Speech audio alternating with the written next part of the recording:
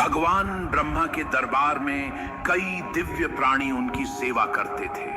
उनमें से एक सुंदर और समर्पित अप्सरा अंजनी थी। उसकी ईमानदारी से प्रसन्न होकर भगवान ब्रह्मा ने उसे पुरस्कृत करने का फैसला किया।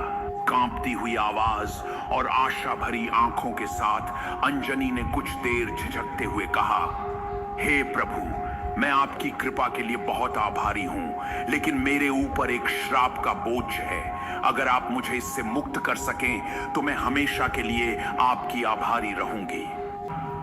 उन्होंने कहा, मुझे शाप के बारे में बताओ। अंजनी ने अपना अतीत सुनाया। बचपन में एक बार उसने जंगल में एक बंदर को ध्यान करते हुए देखा। प्रसन्न होकर वह हंस पड़ी, यह जाने बिना कि वह वास्तव में एक महान अरिष्य के रूप में छिपे हुए थे। मूर्ख लड़की, तूने मेरा ध्यान भंग कर दिया है। मैं तुझे श्राप देता हूं। जिस क्षण तू अपने पति को देखेगी, तेरा चेहरा बंदर का हो जाएगा। अंजनी ने दया की भीख मांगी, लेकिन ऋषि ने केवल शाप को नरम कर दिया। तुम्हें अपने पति से प्यार और सम्मान मिलेगा और एक दिन इस श्राप से मुक्ति मिलेगी। ब्रह्मा जी ने बहुत सोचा और कहा, अंजनी, तुम्हें पृथ्वी पर जाना होगा। वहां तुम्हें तुम्हारा जीवन साथी मिलेगा। भगवान शिव की भक्ति पूर्वक पूजा करो। यदि तुम उन्हें प्रसन्न कर दोगी तो वे तुम्हें एक दिव्य पुत्र का आशीर्वाद देंगे और उनके दर्शन से तुम्हारा श्राप दूर हो जाएगा। अंजनी ने भगवान ब्रह्मा की सलाह का पालन किया और पृथ्वी के जंगलों में भटकना शुरू कर दिया।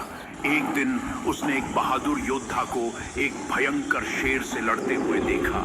उसके साहस ने उसे मंत्रमुग्ध कर दिया, लेकिन जब वह अंजनी की ओर मुड़ा तो श्राप प्रभावी हो गया। अंजनी का चेहरा एक बंदर के चेहरे में बदल गया।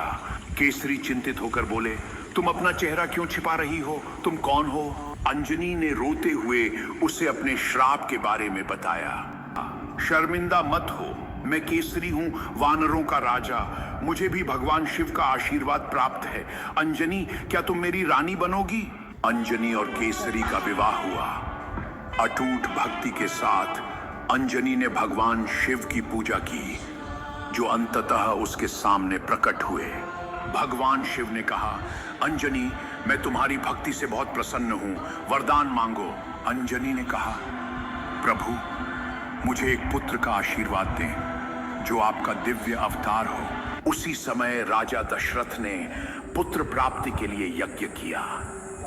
जब पवित्र प्रसाद उनकी रानियों में वितरित किया गया तो एक दिव्य पक्षी ने उसका एक टुकड़ा छीन लिया और दूर ले जाकर अंजनी के पास गिरा दिया।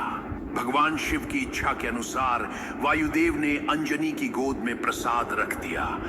अंजनी ने इसे ईश्वरीय आशीर्वाद के रूप में स्वीकार किया और ग्रहण कर लिया। शीघ्र ही उन्होंने एक तेजस्वी वानरमुखी पुत्र को जन्म दिया, जो भगवान शिव का अवतार थे। अपने बेटे के जन्म के साथ ही अंजनी का श्राप समाप्त हो गया और वह पुनः दिव्य रूप में आ गई। उसने और केसरी ने खुशी खुशी अपने बेटे का नाम अंजनेय रखा, जो बाद में हनुमान के नाम से जाना गया।